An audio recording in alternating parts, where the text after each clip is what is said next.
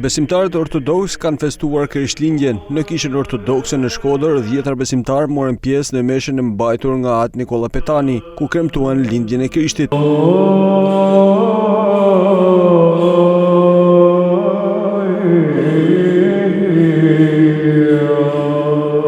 Në fjalën e tij, At Nikola Petani ju drejtua besimtarëve duke ju uruar për një vit të bekuar dhe sa më shumë paqe e dashuri. Prandaj vëllezër e motra, ne përkujtojmë sot lindjen e Zotit tonë Jezu Krisht.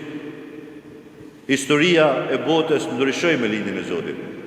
Dashuria e Zotit tonë u mëshirua, erdhi dhe jetoi për neve. Jetoi bashkë me ne, sepse bota ishte zhytur me katër jashtëzakonisht të mëdha. Atëherë Zoti bëhet njeri, bëhet foshtje dhe rritet dhe rrin bashkë me ne, për të na mëshiruar neve, për të na falë fajet e mëkatet tona. Ne kuptojmë se secili prej nesh ka mëkate dhe bëjmë mëkate çdo ditë. Por Zoti është aty duke na i falur gjitha. Prandaj ne themi kur marrim kungimin e shenjtë me frikë perëndie, bezë dhe dashuri afroni. Edhe çdo herë që ne jemi në kishë, çdo herë që kemi festë, çdo herë që kemi Krishtlindjen, çdo herë që kemi Pashkën, Zoti na fton që të jemi gjithë së bashku. Zoti nuk ishte frikë që erdhi me jetu me ne. Zoti na deshti shumë.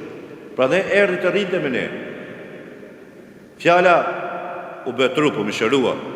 Thot imi. Do të thotë që Zoti është çdo moment me ne.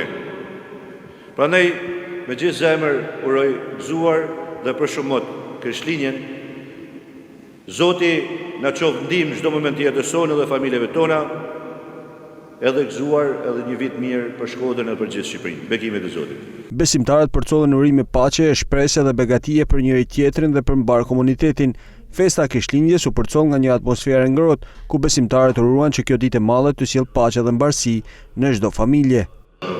Përsëri me paqe të lutemi Zotit.